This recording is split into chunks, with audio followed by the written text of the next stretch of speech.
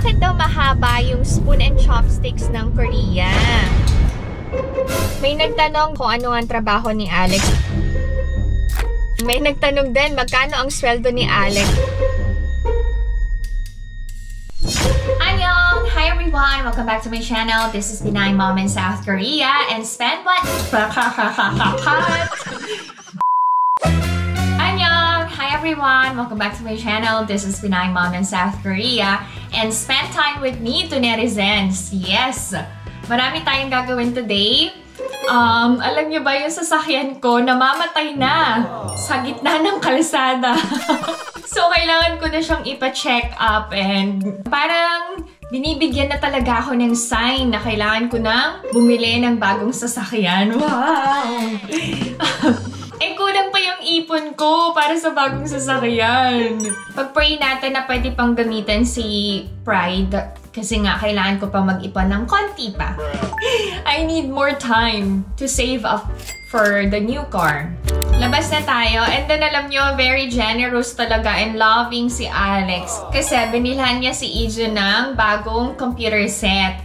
Mapapanood nyo si Ijun na ganun yung ugali. Hindi nag-e-enjoy sa mga niluluto ko. Tapos, basta makulit pero mabait yon. And very responsible si Ijun. Hindi lang halata sa kanya. Alam nyo ba, si Ijun, every weekend, he wakes up early in the morning to finish all his homework para makapaglaro na siya ng computer games and makalabas siya together with his friends. So, pagdating sa studies niya, hindi niya naman pinapabayaan. Ganun lang talaga yung kakulitan and kabaitan ni Ijun. But, wala naman akong masabi kay Tuki. Napaka-responsable pagdating sa pag-aaral niya. Anyway, hindi ko muna i-unbox kasi it's for Ijun. So, ayoko naman na tanggalin sa anak ko yung excitement ng unboxing. But I'll show you. And Alex also bought me something. Pakita ko sa inyo. Sabay-sabay na lang nating i-unbox later. So, ito. Alex bought me inverter dehumidifier. Kailangan namin to sa bahay kasi. And then this is the new CPU of Ijun. Sa mga nagtatanong, anong work ni Alex? Alex is an electrical engineer sa Samsung. Yan. Kaya, mostly ng mga gamit namin ay from Samsung kasi merong discount sa Samsung Mall. So, ito yon. Tapos si Ijun kasi, he requested na malaki yung monitor. So, grabe. Nagulat ako nung dumating yung monitor ni Ijun. Para na kaming may bagong TV. Sa mga nagtatanong, ano ang dream ni Ijun? He wants to become a pro gamer. And we support him naman pagdating sa dream niya na yun. But, limited yung time para sa computer games. Ang importante, hindi nakakalimutan and napapabayaan ng pag-aaral. Anyway, let's go out na. Madami akong errands. And samahan niyo na ako to netizens, okay? Let's go! This is the OOTD to netizens. Yan. Kita ba? The bag is from Joy Grayson. Ang aking trousers ay from Top 10. Kaartehan, let's go na nga. Medyo malamig pa rin sa Korea. Hindi pa spring feels. Late winter feels pa. Magpapa-adjust lang ako ng sunglasses. Yung pagpapa-adjust ng sunglasses, alam nyo ba, libre lang. So, kung may mga sunglasses kayo or glasses kayo, pwede nyong dalhin sa optical store. Ask kayo na maluwang, masikip, ganyan. Kailangan ng adjustment. Then, free service na. Sa atin ba sa Philippines? Ganun ba? Hindi ko kasi na-try sa atin eh. Yan, subway yan. Subway station yan. Ginagawa. Dito sa Korea, ang palaging iniisip talaga ng government is yung convenience ng mga Koreans ng K-nets. Nakiki-K-nets, no? Hindi nga, seryoso. They keep on developing para sa mga tao dito sa South Korea.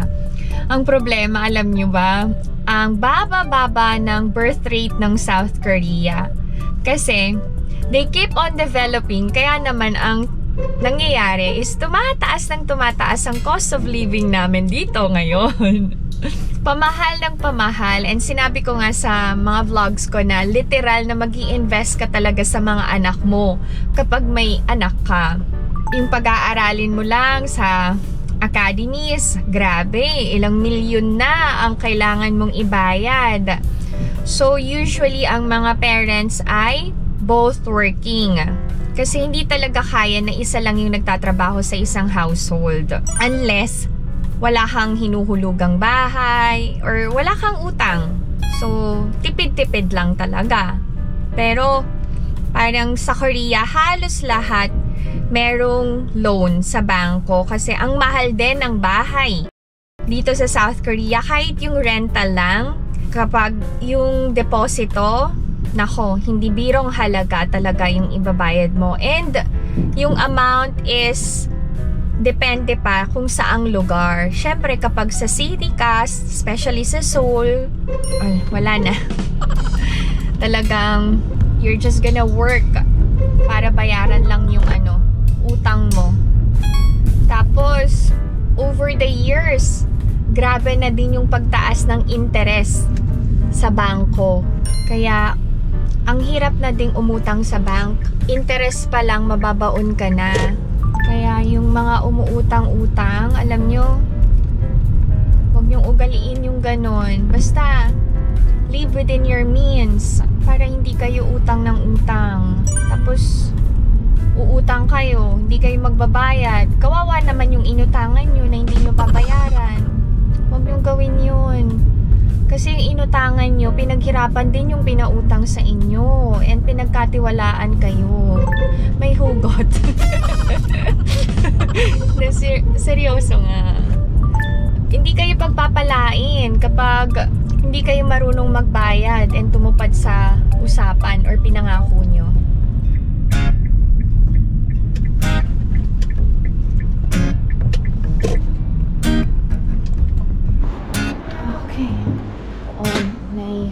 쓰시고 제가 귀 한 번만 볼게요.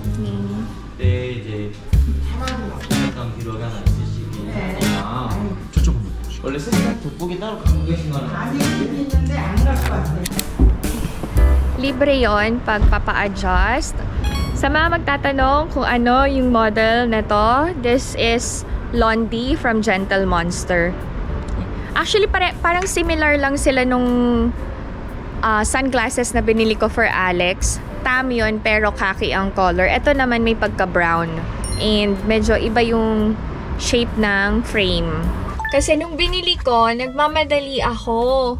Pag uwi ko ng bahay, parang tabingi and maluwang. So, importante din na kapag bumili kayo ng glasses or sunglasses, meron kayong enough time. Huwag kayong magmadali para hindi na kayo babalik for another adjustment. Let's go na.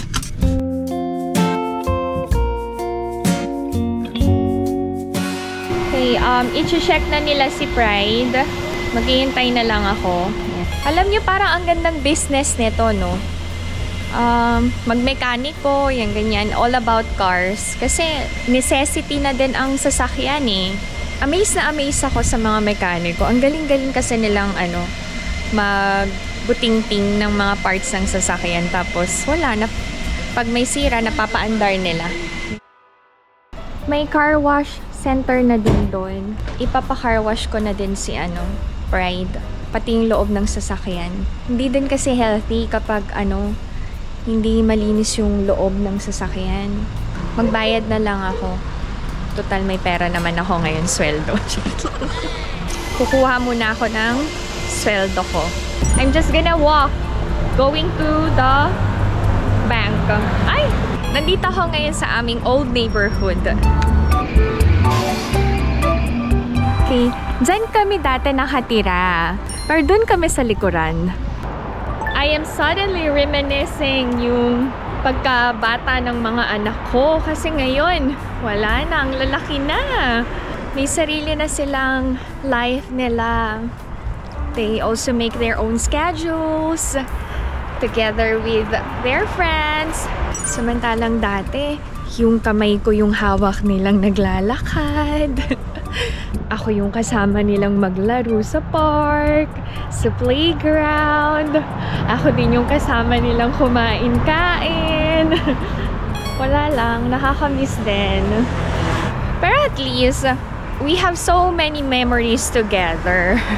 And masasabi ko na enjoy ko talaga yung motherhood from Ina and Ijun. Ang dami kong natutunan. And until now, we don't stop learning as a parent. We keep on learning. Kagaya ng mga anak natin, they keep growing. Sumasabay tayo sa mga anak natin Parang ang lakas makatanda ng sinasabi ko, no? Nearing 40s na kasi ang PMSK nyo. Although, hindi pa naman. This year, mag-39 na ako. And then, next year, 40 na ako. Oh man, bilis ng panahon. Nung dumating ako ng Korea, nasa 20s lang ako.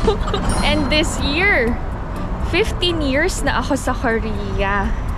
Time flies so fast. Nung dumating ako dito, fresh na fresh. Wala pang wrinkles.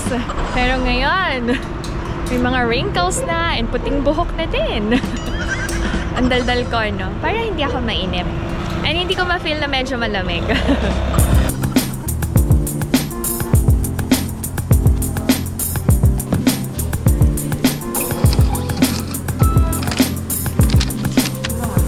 Pang 14 pa ako, oh my. Maghintay na lang tayo to, netizens. I already got my salary. Thank you, Lord. Ang tagal ko din sa bangko. Ang daming tao. Babalik na tayo sa car center. Uulan. So, ayokong ulanin ang pambabayad ko para sa car wash. Kailangan ko na lang magpagas.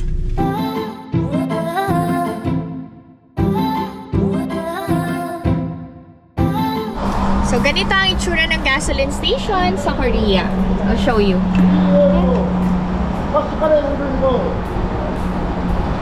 Pag nagpunta kayo sa Korea, you can see self-service gasoline station. Press button lang, ganyan. Ako kasi hindi ako marunong until now. Although ilang beses na akong tinuruan ni Alex. So, I don't go to self-service gas station. Doon ako sa may tao. Kamsahamnida! Okay, so I paid 50,000 won para sa gas. Tapos, pag nagpa-gas ka dito, meron ng car wash coupon worth 4,000 won. Pwede ko tong gamitin next time.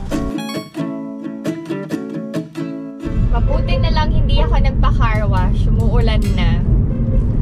Sayang ang kaperahan.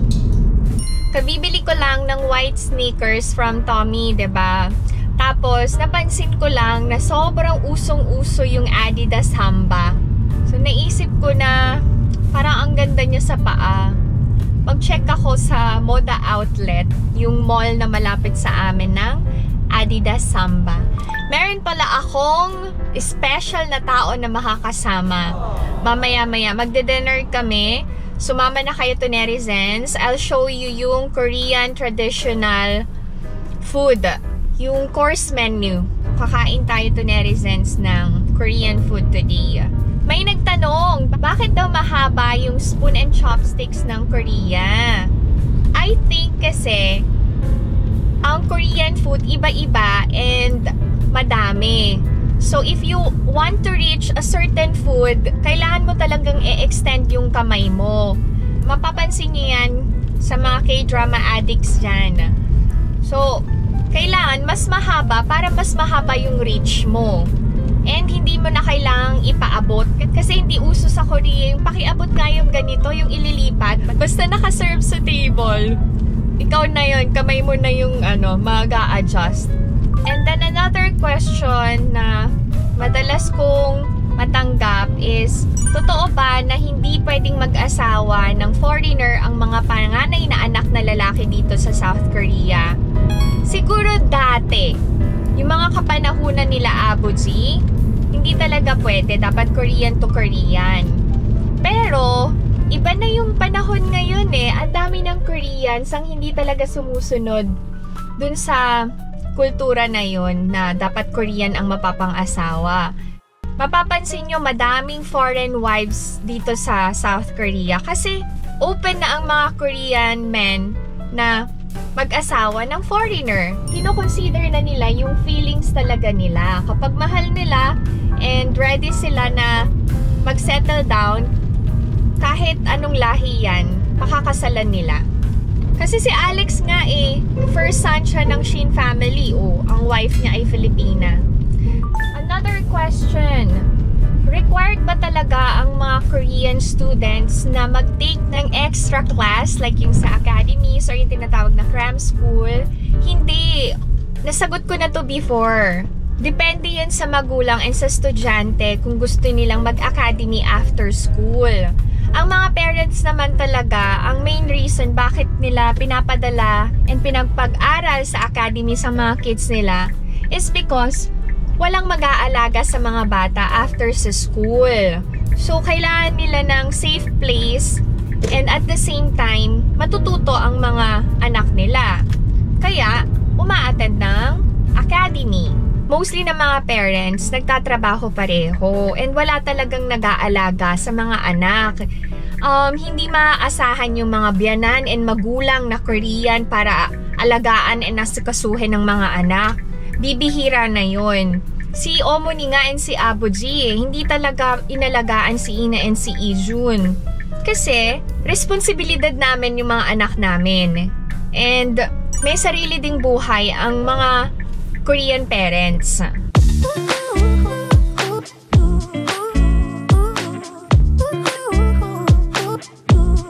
May nagtanong, diba, kung ano ang trabaho ni Alex and sinagot ko yun earlier. May nagtanong din, magkano ang sweldo ni Alex? I think that's too personal and hindi ko na kailangang i-share sa inyo kung yung amount or yung kung ilang digit ang sweldo ng asawa ko. But he's earning more than enough talaga for us. Yun lang yung kaya kong sagutin. Kasi he has worked so hard para marating niya kung ano yung narating niya ngayon and kung saan siya nakarating ngayon. Dito kasi sa Korea, and I think kahit naman saan, malaki yung bayad mo, pero malaki din yung responsibilidad mo and yung stress mo. Yun na yung kaya kong sagutin. My husband is working more than enough for us. And we are so grateful for my husband's hard work and for all the things that he does for our family. Inaapa! Sarangheyo! Fighting! Himnaseyo! We are always here for you and we are always rooting for you. I know that you're always busy, but we understand that you're doing everything for us. Especially for Ina and Ijun. So, we appreciate you a lot. Sana matapos na talaga project ni Alex para mas marami na kaming time together. Tapos may nagtanong, healthy pa rin ba yung mga ready-to-eat and packed goods na binibenta dito sa Korea? Of course, healthy yun kasi very particular ang mga Korean sa kinakain nila. Mapapansin nyo, more on gulay-gulay talaga ang mga Koreans and less rice sila. So kahit mga packed goods na yun, masasabi ko pa rin na healthy yung mga binibenta na yun. Kung hindi, ay naku, big issue yan. Ganon katindi ang mga Koreans. Maliit na bagay lang, kapag may isang nakapansin, ay nako, kakalat na yan. And kailangan talagang mag-take responsibility ng business establishment.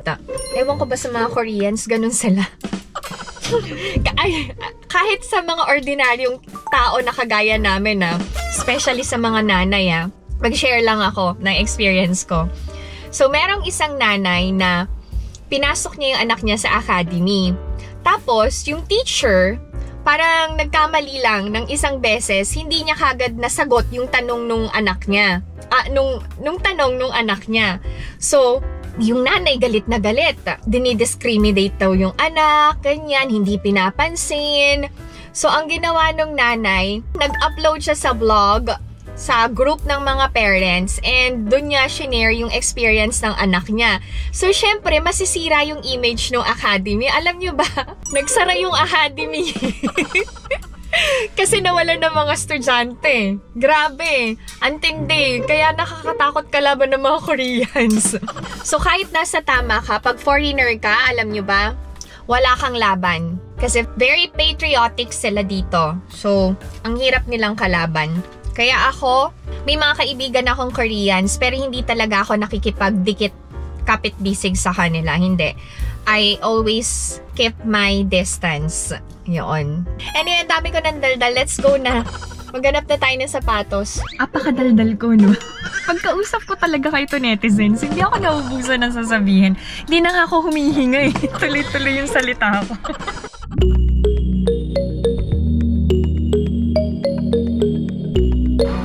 Ay, court to eh. Wala yung samba.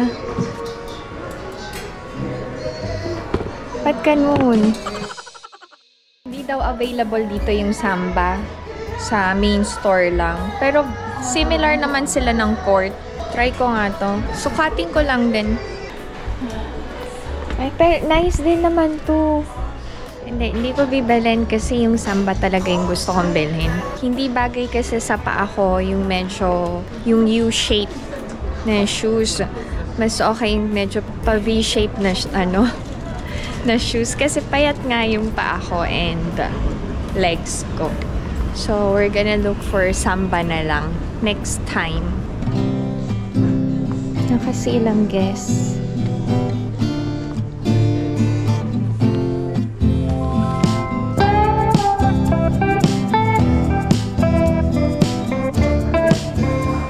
Since spring na, bibili ako ng bomber jacket. Naka-sale sa Guess. Parang usong-uso yung touch ng brown ngayon. Ay, biling ko to. Ganda to pag naka-t-shirt, ganyan. Samida, 안녕하세요. 여보세요. Yung supposedly na Adidas Samba. Naging guess na lang. Since spring season, dapat ang fashion ay layering na. So, kapag nainitan ka, pwede kang magtanggal ng light jacket.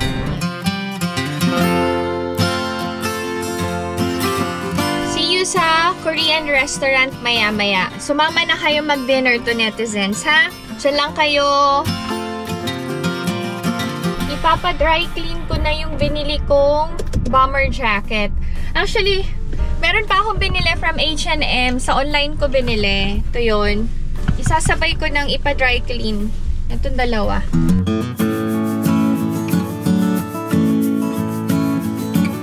Ang kasama ko magdi-dinner tonight ay isang tunerizen. Oh, diba?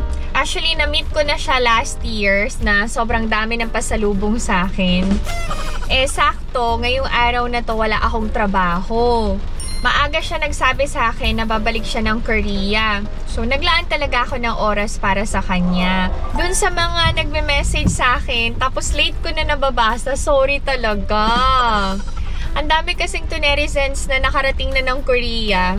Tapos hindi ako na-meet, hindi ko nakasama. Sorry ha, kasi hindi ko talaga ma-accommodate lahat ng messages. And yung mga requests nyo, kasi may ginagawa din ako sa buhay ko, 'di ba? Sobrang busy ni PMSK. So please understand, ha? Kapag may oras naman ako, naglalaan talaga ako ng oras para ma-chat kayo, ma-replyan yung mga messages nyo, masagot yung mga tanong nyo, mag-rant yung mga requests nyo, ma-meet kayo. Madami na din akong na-meet na tunerizens. So mega shoutout sa inyong lahat. Hope to meet you again. And sa mga subscribers ko na nasa Philippines, yan. I'm sure gusto niya na din kami ulit makasama sa meet and greet, no? Kami din, excited. Hopefully, this year.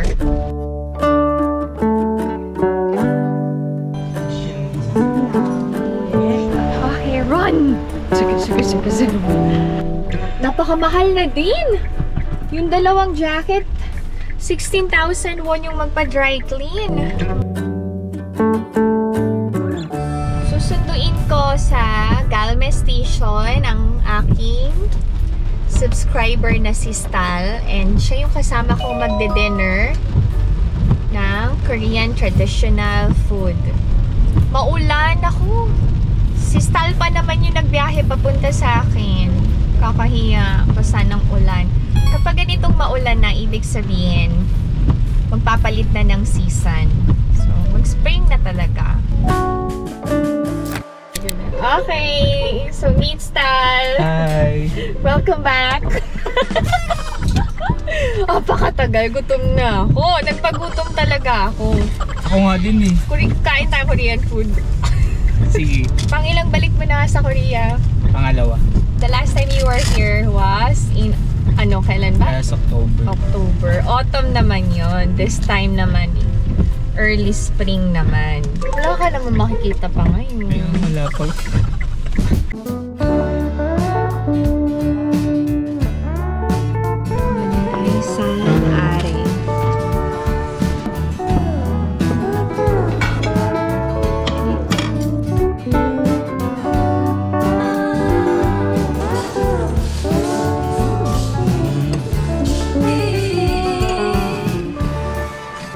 Kumain ng Korean traditional meal. Puro gulay talaga. Kasi sa Korea, mahilig sa dahon-dahon. Appetizer pa lang nakakabusog na. Hindi pa naman uso take-out dito. Si Alex ay naku, nahihiya mag-take-out. Fried kalabasa. Pero kalabasa ba to? Kalabasa. Tamis. Parang siya kamote. Walang masabi. Kasi na masarap. Sarap. Meh. Kumbing na tayo. Meh. Fresh tofu. That's right. Ito naman is raw fish. Bakit nasa bato? Kasi malamig yung bato. Hindi na malamig. Okay. Kayo ba? Mahilig ba kayo sa raw fish? Mga Koreans mahilig. Careful lang pagkakain ng raw fish kasi sumasabit pag lalo na pag hindi ka sanay. Sasairin talaga namin. Ito parang tortang kimchi. Yung kimchi nyo, huwag nyo lang gawing kimchi stew or kainin with samgyeopsal. Gawin nyo ding tortang kimchi. Pwede pang ulam.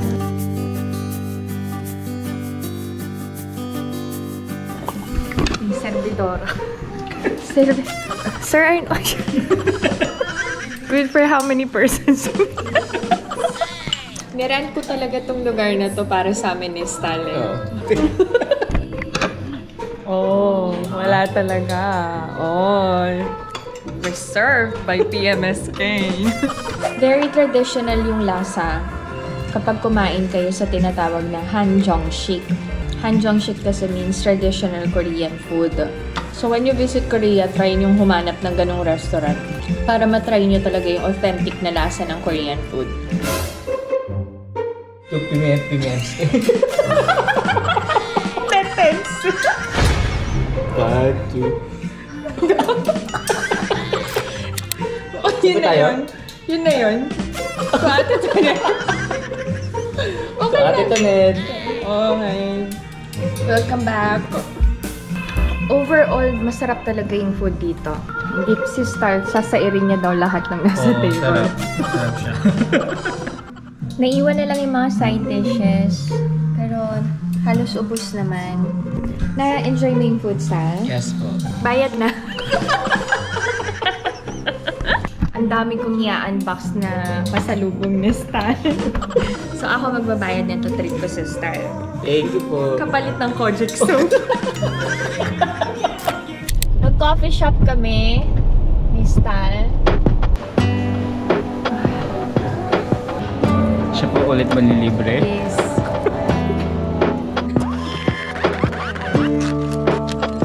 Ito Ate Tonet.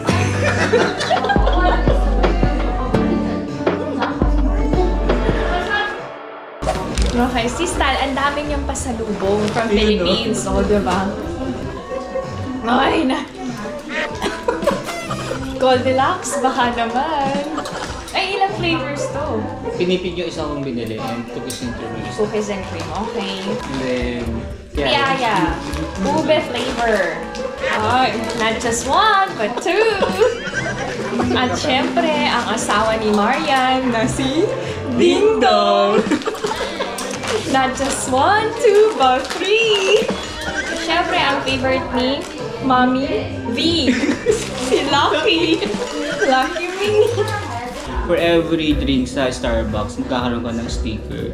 So, para magkaroon ka ng ganito, meron kang dapat 19 stickers. So, naka 3,800 ka para pero hindi dito. naman ako uminom ng kape. Yeah, ako.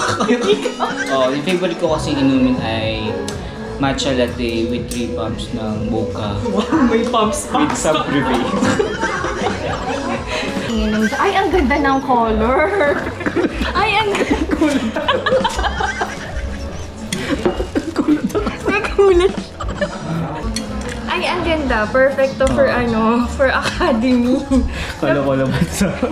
Hindi, pag sa pagpasok ko sa trabaho. Yeah. Happy? Kasi Happy ka? sobrang happy. Oh. Thank you. Parang nasa bahay namin. Itong makapag-unbox. Ito na yung Gucci.